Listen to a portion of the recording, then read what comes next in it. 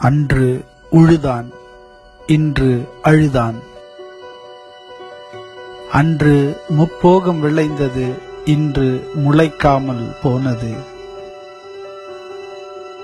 அன்று பயிர்களை வளர்த்து அடிபாகம் கழனிக்கு, நடுபாகம் கால்நடைக்கு, நுனிபாகம் மனிதனுக்கு என மூவருக்கும் உணவளித்ததும் நம் உழவர்களே. இன்று 3 வேளை உணவு வேண்டாம், ஒரு வேளை உணவு கூட இல்லாமல் பசியின் பிடியில் சிக்கித் துடிப்பதும் நம் உழவர்களே. நாம் உண்ணும் உணவு உழவரின் உழைப்பினால் உருவானது என்பதை மறவாதே மனிதா. ஓடித் திரியும் இயந்திர வாழ்வில் ஓரிரு நிமிடம் ஒதுக்கு.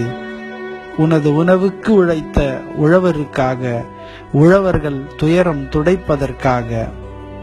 தன் குடும்ப பசி மட்டும் தீர்க்க நினைத்திருந்தால் வெளிநாட்டுக்கு என்றோ அவன் ஏரோப்ளேனில் ஏறியிருப்பான்.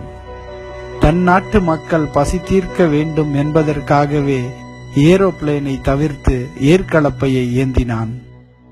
அன்று உழவர்கள் மகிழ்ந்தனர், உழவர் திருநாள் கொண்டாடினோம். இன்றோ விவசாயிகளின் அழிவு மனித இன அழிவின் ஆரம்பம்.